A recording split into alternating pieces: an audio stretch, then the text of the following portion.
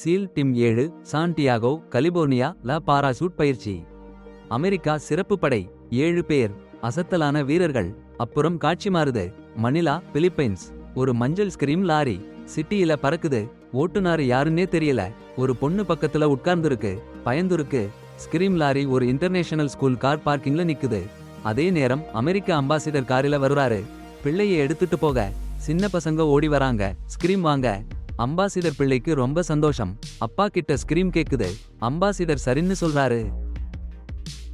ஆனா திடீர்னு ஒரு பயங்கர வெடிச்சத்தம்.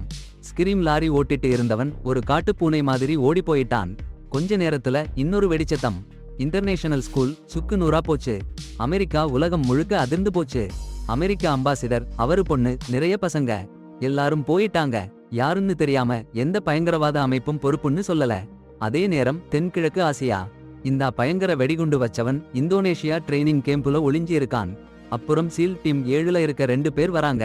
Lieutenant roar Dave. ரோர் எனக்கு குழந்தைன்னு சொல்றாங்க சந்தோஷமா சொல்றான். டேவ் பக்கத்துல இருக்கிறவங்க எல்லாரும் சந்தோஷமா வாழ்த்துறாங்க. அப்புறம் ரோர் டேவ் குடும்பத்தையும் சீல் டீம்ல சேர்ந்து கொண்டாட வர சொல்றான். சரி, கடற்கரை விடுமுறைக்கு போனாங்க. அடுத்த காட்சி கோஸ்டாரிக்கா. டாக்டர் லிசா மொராலஸ்னு ஒருத்தர் அருமையா இருக்காங்க. கிறிஸ்டோன்னு ஒரு ஆளு கூட வந்திருக்காரு. அங்கே உள்ள குழந்தைகள் அவருக்கு அன்புடன் வரவேற்பு கொடுத்தாங்க. அந்த இரவு மொராலஸ் அவங்க கூட்டாளி வால்டர் ரோஸ் கிட்ட சந்திச்சாங்க. இருவரும் சியால சீக்ரெட் ஏஜென்ட்னு தெரிய வந்தது. கிறிஸ்டோவை தான் விசாரிக்கிறாங்க. அவன் ஒரு பெரிய திறக்கார்டல் தலைவன்னு தெரிய வந்தது. அது மட்டுமா, அவன் தென்கிழக்கு ஆசியாவுல இருக்கிற அபு சபால் பயங்கரவாத இயக்கத்துக்கும் தொடர்புடையவன்னு மொராலஸ் கண்டுபிடிச்சாங்க. அப்படியே தகவல் பரிமாறிக் கொண்டிருக்கும் போது கண்டுபிடிச்சிட்டாங்க. கிறிஸ்டோட ஆளுங்க அவங்க யாருன்னு தெரிஞ்சுட்டாங்க. அடுத்த நாள் காலையில ஹோட்டல்ல தங்கியிருந்தாங்க. கிறிஸ்டோட ஆளுங்க அறைக்குள் புகுந்து தாக்கினாங்க. உயிரை காப்பாத்த போராட வேண்டியதா போச்சு. ஆனா மொராலஸ் சரண்டர் ஆகிட்டாங்க. எல்லாம் முடிஞ்சு போச்சு. கிறிஸ்டோட ஆட்கள் அவங்க தலைமையிடத்துக்கு அழைச்சிட்டு போய் அந்த பொண்ணை அந்த இரவே கொடுமையா சித்திரவதை பண்ணி விசாரிச்சாங்க. சீல் டீம் 7 கடற்கரையில அவங்க குடும்பத்தோட கூடியிருந்தாங்க. அந்த காட்சில ரோர் டேவ் தவிர மத்த டீம் உறுப்பினர்களையும் பார்த்தோம். டீமுடைய உளவுத்துறை அதிகாரி, ஃபீல்ட் இன்ஃபர்மேஷன் சேகரிக்கிற முக்கிய ஆள் மில்லர், சீல் டீம் 7ஓட மூத்த உறுப்பினர். அப்புறம் ஸ்னைப்பர் வையிமிக்கி, டீமுடைய காம்யூனிகேஷன் ரேடியோ வேலைகளை பார்க்கிறவன் ஏஜே, இன்னும் சன்னி. அவங்க எல்லாரும் சந்தோஷமா நேரம் கழிச்சிட்டு இருந்தப்போ கிறிஸ்டோ கிட்ட பிடிச்சு வச்சிருக்கிற மொராலஸை காப்பாத்தணும்னு அதிமுக்கிய மிஷன் வந்துடுச்சு. உடனே குடும்பத்தை விட்டு விடைபெற்று மறுநாள் காலை கோஸ்டாரிக்கா புறப்பட்டு போயிட்டாங்க. அடுத்த இரவு கோஸ்டாரிக்கா காட்டோட உள்ளே இருக்கிற பிடிவச்சு வச்ச கேம்புக்குள்ள கிறிஸ்டோட ஆட்கள் மொராலஸை மிருகத்தனமா சித்திரவதை பண்ணி அவங்க யாருன்னு அவங்க மிஷன் என்னன்னு போன்ல கிடைச்ச தகவலை வற்புறுத்தி எடுக்க முயற்சி பண்ணாங்க. கிறிஸ்டோ அவள் யாருன்னு அவனுக்கு தெரியும். சும்மா தெரியும்னு சொல்லல, நல்லா தெரியும். அவள் விசாரணை பண்ணிக்கிட்டு இருக்கிறதும் அவனுக்கு தெரியும். அவள் ஒன்னும் சொல்ல மாட்டான்னா அவள் மறைவு தகர்ந்துடும். அப்புறம் கொடுமை இன்னும் அதிகமாகும். அதிகமா. இன்னொரு பக்கம் காட்டுல சீல் டீம் 7 கூடியிருக்கு. அவங்க சீனியர் சீஃப் எக்ஸ்பிளைன் பண்ண ஆரம்பிச்சாரு. திரோன்ல எடுத்த ரெக்கார்டிங்லாம் பார்த்துட்டு கோஸ்டாரிக்கா காட்டுல ஒரு கேம்புக்குள்ள மொராலஸ் இருக்காங்கன்னு கண்டுபிடிச்சிட்டாங்க. அடேங்கப்பா. அப்புறம் தான் சீஃப் சொல்றாரு, மொராலஸும் வால்டர் ரோஸும் CIA ஏஜென்ட்ஸ்னு. ஆனா கோஸ்டாரிக்கா ஹோட்டல்ல நடந்த தாக்குதல்ல வால்டர் ரோஸ் போயிட்டாரு. மொராலஸ் மட்டும்தான் உயிரோட இருக்காங்க. கிறிஸ்டோட டீம் அவங்கள ரொம்ப கொடுமைப்படுத்திட்டு இருக்கு. கிறிஸ்டோன்னா யாருன்னா ஒரு மகா கெட்ட கிரைம் லார்ட். 90ஸ்ல இருந்து டிரக்ஸ், ஆயுதங்கள்னு எல்லாத்தையும் நிறைய நாடுகளுக்கு கடத்துறவன். பிடிக்கிறதுக்கு முன்னாடி மொராலஸ் கிறிஸ்டோவுக்கும் தென்கிழக்கு ஆசியா டெரரிஸ்ட் நெட்வொர்க் அபுவுக்கும் இருக்கிற கனெக்ஷன் விசாரிச்சுட்டு இருந்தாங்க. அபு சபால் அவன்தான் மணிலா பள்ளிக்கூடத்தை வெடிகுண்டு வெடிப்புக்கு காரணம். அமெரிக்க தூதரும் பல குழந்தைகளும் சாக நேர்ந்தது. இப்போ அவன் இந்தோனேஷியா பிலிப்பைன்ஸ் காடுகளில் மறைஞ்சிருக்கான். அவன் செயல்களை கண்காணிச்சதுக்காக மொராலஸ் கிட்னாப் பண்ணப்பட்டா, பிணை கைதியா வச்சு கொடுமைப்படுத்தப்பட்டா. சீரியஸான சூழ்நிலை. சீஃப் அதிகாரி உடனே லெப்டினன்ட் ரோரையும் அவருடைய 6 பேர் டீமையும் ரெஸ்கியூ மிஷனுக்கு அனுப்பிட்டாங்க. அந்த இரவே சீல் டீம் 7 ராணுவ விமானத்துல கிளம்பிடுச்சு. இருட்டுல கோஸ்டாரிக்கா காட்டில் பாராசூட்ல இறங்கினாங்க. நிர்ணயிக்கப்பட்ட இடம். கவனமா காட்டுக்குள்ள நகர்ந்தாங்க. முதல் சோதனை சாவடிக்கு. எதிரி தாக்குதல்னு எப்பவும் எச்சரிக்கையா இருந்தாங்க. முதல் இலக்கை அடைஞ்சாங்க. லெப்டினன்ட் ரோரின் டீம் தலைமை மையத்துக்கு தன் இடம் சொல்லி அடுத்த உத்தரவு கேக்குது. அடுத்த இடம் மொராலஸ் இருக்கிற கோட்டை. கிறிஸ்டோட டாட்டாக்கள் அவனை ரொம்ப கொடுமை பண்றாங்கன்னு சொல்றாங்க. சீல் டீம் 7 காலை 6 மணிக்கு ரெஸ்கியூ யூனிட் வரும்னு தெரிஞ்சது. உத்தரவு கிடைச்சிச்சு. டீம் வேகமா நகர்ந்து சண்டைக்கு ரெடி ஆகுது. காலை வெளிச்சத்துல 2 ஷினூக் ஹெலிகாப்டர்கள் seal team fast reaction team கூட போய் போட் கொண்டு வரும். சீல் டீம் 7 கிட்ட போய் எடுத்துட்டு வரணும். சூப்பரான ஆயுதங்களும் உளவு ட்ரோன்களும் இருக்கு. ஃபாஸ்ட் ரியாக்ஷன் டீம் ரொம்ப வேகமா எக்ஸ்ட்ராக்ஷன் இடத்துக்கு போகுது. சண்டை தொடங்குறதுக்கு முன்னாடி சீல் டீம் தொடர்பு சரியா இருக்கான்னு சரிபார்க்குது. சீல் அணி 7 கைதி முகாம் மீது ஒரே நேரத்தில் வெட்டு. மோராலஸ் பாழாய் போயிட்டாரு. நீண்ட நாள் சிறைவாசத்தால பலவீனமாயிட்டாரு. கண்காணிப்பு டிரோன், ஸ்னைப்பர் துப்பாக்கி எல்லாம் ரெடி. லெப்டினன்ட் ரோர், வெய் தொலைவில நின்னு காத்துக்கிட்டாங்க.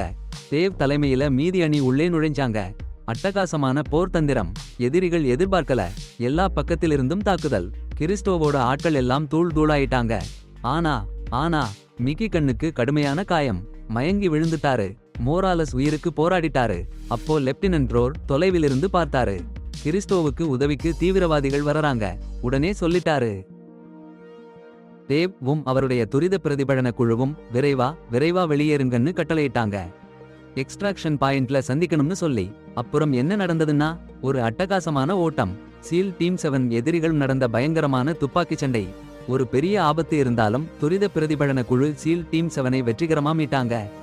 மொராலஸையும் காப்பாத்தினாங்க. கொஞ்ச நேரத்துல மிக்கி சரியாயிட்டான். ஆனா காயத்தால அவன் இடது கண்ணுக்கு சிகிச்சைன்னு கட்டு போட்டிருக்கு. கடைசியா அந்த குழு சினூக் ஹெலிகாப்டர்ல பாதுகாப்பா தளத்துக்கு போச்சேர்ந்தாங்க. அடுத்த காட்சி யுக்ரேன். அபு சபால் ஒரு கிடங்குக்கு போறான். அங்க வெடிகுண்டு தயாரிக்கிற இடம். புதுவகை வெடிகுண்டு ஜாக்கெட் பத்தி அவனுக்கு சொல்றாங்க. அதிக சக்தி கொண்டது. திறந்தவெளி தாக்குதலுக்கு சிறப்பா வடிவமைக்கப்பட்டிருக்கு. மெட்டல் டிடெக்டர்ல கிடைக்காது. சரி பாருங்க. வெடிகுண்டு தயாரிப்பு இடத்தை சோதிச்ச பிறகு அபு சாபல் கிறிஸ்டோவை சந்திக்கிறான்.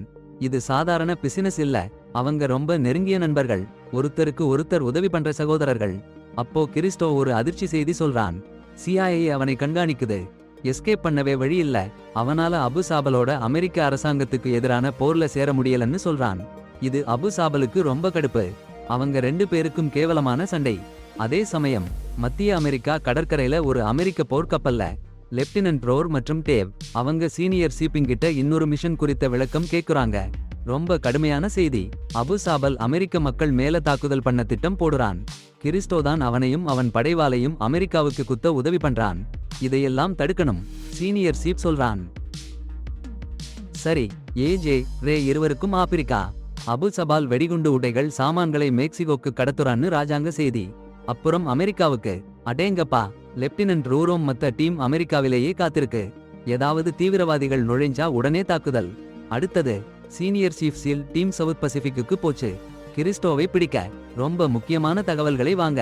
அதே நேரம் ஏஜே ரே ஆப்பிரிக்கா கடற்கரையில அமெரிக்க கப்பலோட சந்திக்கணும். கேப்டன் சொல்லுற அடுத்த கட்டளையை காத்திருக்கு. கப்பல்ல ஏறின உடனே கேப்டன் தகவல். எதிரி நாட்டை நுழைஞ்சு அபு சபாலோட ஆயுத கடத்தலை பத்தி தகவல் சேகரிக்கணும். Mission start. ஏஜே ரே சோமாலிய கடற்கரை பக்கம் ரெகனைசன்ஸ்ல போறப்போ ஒரு விமானம் லேண்ட் பண்றதையும் அப்புறம் 3 வண்டி ஒரு இடத்துல சந்திக்க போறதையும் பார்த்தாங்க. சீக்கிரமே இன்னொரு விமானம் யாருன்னே தெரியாம தூரத்துல இருந்து லேண்ட் ஆச்சு. பாருங்க பொருள் இறக்கறாங்க. அபு சாபேல்டா பாம்பு வெஸ்ட்னு சந்தேகிக்கிறாங்க. விமானத்துக்கு எரிபொருளும் நிரப்புறாங்க. உடனே ரேவும் ஏஜேவும் கப்பல் ஸ்டேஷன்ல இருக்க அமெரிக்க கமாண்ட் சென்டருக்கு சொன்னாங்க. அது சென்ட்ரல் அமெரிக்கா கடற்கரை பக்கம். இன்டெலிஜென்ஸ்ல தெரிய வந்ததுன்னா அபு சாபேல்ல 2 விமானம் மெக்சிகோ கடற்கரை பக்கம் செட்ரோஸ் தீவுக்கு வர்றதுன்னு. அதுக்கிடையில தென் பசிபிக்ல கிறிஸ்டோவும் அவன் கூட்டாளிகளும் சீல் டீம் 4 தாக்குதலுக்கு ஆளாச்சு. சீனியர் சீஃப் ஸ்ட்ராட்டஜிக் பிளான்ல எல்லாம் ஓகே ஆனதும் கிறிஸ்டோவை கிள்ளி விசாரிச்சாங்க. அழுத்தத்தில கிறிஸ்டோ சொன்னான். 16 பயங்கரவாதிகள் சான்டியாகோ, சான் பிரான்சிஸ்கோ, ஹூஸ்ட்னு பெரிய அமெரிக்க நகரங்கள்ல உடம்புல வெடிகுண்டு வச்சு தாக்குதல் நடத்த தயாரா இருந்தாங்க. அந்த வெடிகுண்டு எல்லா எல்லை சோதனை செக் போஸ்ட்லயும் கிடைக்காம இருக்க டிசைன் பண்ணப்பட்டிருந்துச்சு. கண்டுபிடிக்கவே முடியாது. அபு சபால் டார்கெட் என்னன்னா அமெரிக்க மக்களையும் அமெரிக்க பொருளாதாரத்தையும் பயமுள்ள அதிர்ச்சியில தள்ளி கலவரத்தை ஏற்படுத்துறது. 2001 செப்டம்பர் 11ல நடந்த உலக வணிக மைய தாக்குதலை மீண்டும் செய்ய நினைச்சான் டபுள் ஆர்ச் மாதிரி. இந்த ரகசிய தகவல் கிடைச்சதும் ரூரோடும் டேவும் சீல் டீம் 7 மெக்சிகோ கடற்கரையில உள்ள செட்ரோஸ் பீச்ல கொண்டு போய்விட்டாங்க. அமெரிக்க நிலத்துக்கு வருவதுக்கு முன்னாடி பயங்கரவாதிகளை பிடிக்கணும். அங்க போன உடனே பயங்கரவாதிகள் மறைஞ்சிருந்த வீட்டு பகுதிக்குள்ள நுழைஞ்சாங்க. அப்போ ஒரு உள்ளூர் பெண் டீமை பார்த்து கத்திவிட்டா. எதிரிகள் எச்சரிக்கை அடைஞ்சாங்க. சண்டை தொடங்கிடுச்சு. ஆனா சீல் டீம் 7 ரொம்ப நல்லா பயிற்சி அடைஞ்சவங்க. சூழ்ச்சியில் வல்லவரான அந்த தளபதி திடீர் தாக்குலால அந்த ஆபத்தை போக்கிட்டாரு. அப்புறம் ரூர் கூட டேவ் பயன்படுத்தாத பல வெடிகுண்டு சட்டைகள் கிடைச்சது. அப்பதான் கமாண்ட் சொன்னாங்க, அழிச்ச தீவிரவாதிகள் அபு சபால் கூட்டத்துல பாதிதான்னு. மீதி டெரரிஸ்ட் அபு சபாலும் சேர்ந்து ஒரு பால் ஃபேக்டரியோட கீழ ஒரு சுரங்க பாதையில எல்லையை கடக்க போறாங்கன்னு மெக்சிகோல இருந்து தகவல் வந்தது. காலை 7 மணிக்கு எல்லை சேர்ந்துடுவாங்கன்னு உறுதியா சொன்னாங்க. நேரம் இல்லாம ரூர்க்கும் அவரு டீமுக்கும் அவங்கள தடுக்க உத்தரவு. உடனே மெக்சிகலி எல்லையில அனுப்பி வச்சாங்க. அங்க போனதும் மெக்சிகன் சிறப்பு படையோட தளபதி பெட்ரோ சந்திச்சாரு. 2 படைகளும் சேர்ந்து அந்த கொடிய தீவிரவாதிகளை பிடிக்க போறாங்க. பெட்ரோ எச்சரிச்சாரு, ரொம்ப கஷ்டமான ஆபரேஷன்னு, ரொம்ப அபாயமான இடத்துல இருக்காங்கன்னு. பலத்த ஆயுதம் ஏந்திய கொள்ளையர்கள் அவர்களை விட எண்ணிக்கையில் மிக அதிகம் இருந்தாலும் அபாயத்தையும் மீறி இலக்கு இடத்தை நோக்கி பயணித்தார்கள். இலக்கை அடைந்ததும் அந்த படை வீரர்கள் கார்காலில் கொள்ளையர்களை அடித்து நொறுக்கினார்கள். பாதுகாப்பு பகுதியில் பலரை வீழ்த்தினார்கள். ஆனால் அபு சாபால் தன் படைகளோடு தாக்குதலை உணர்ந்து ஒரு மறைவான சுரங்கப்பாதைக்குள் ஓடி ஒளிந்தார்கள். வேறு வழியில்லாமல் கூட்டணி படைகள் பிரிந்தன. ரோர் மற்றும் டேவ் சில மெக்சிகன் சிறப்பு படை வீரர்களுடன் அபு சாபாலை துரத்தினார்கள். மீதமுள்ள வீரர்கள் எதிரிகளின் பலப்படுத்தலை தடுக்க சுற்றுலவை பாதுகாத்தார்கள். எதிரி வீரர்கள் தொடர்ந்து வந்ததால் ஒரு கடும் துப்பாக்கிச் சண்டை மூண்டது. எல்லா திசைகளிலிருந்தும் குண்டுகள் பறந்தன. ஒரு பயங்கரமான போர். வெடிகுண்டு தாக்குதலை நெருங்கி தப்பித்த லெப்டினன்ட் ரோர் மற்றும் அவரது குழு சுரங்கப்பாதைக்கு வழிவகுக்கும் இறுதி அறைக்குள் முன்னேறினார்கள். ஆனால் ஒரு பேரழிவு. லெப்டினன்ட் ரோர் தியாகம் செய்தார். அவன் உயிரை கொடுத்தான், தன் தோழர்களை காப்பாற்ற. அற்புதம். அபு சபாலையும் அவன் கூட்டத்தையும் ஒட்டுமொத்தமா அழிச்சு புட்டாங்க. ஆனா டேவ் குண்டு காயம். வெற்றி கிடைச்சாலும் விலை அதிகம். லெப்டினன்ட் ரூரு தன் குழுவுக்காக உயிரை விட்டாரு. அப்புறம் கதை அமெரிக்கா போகுது.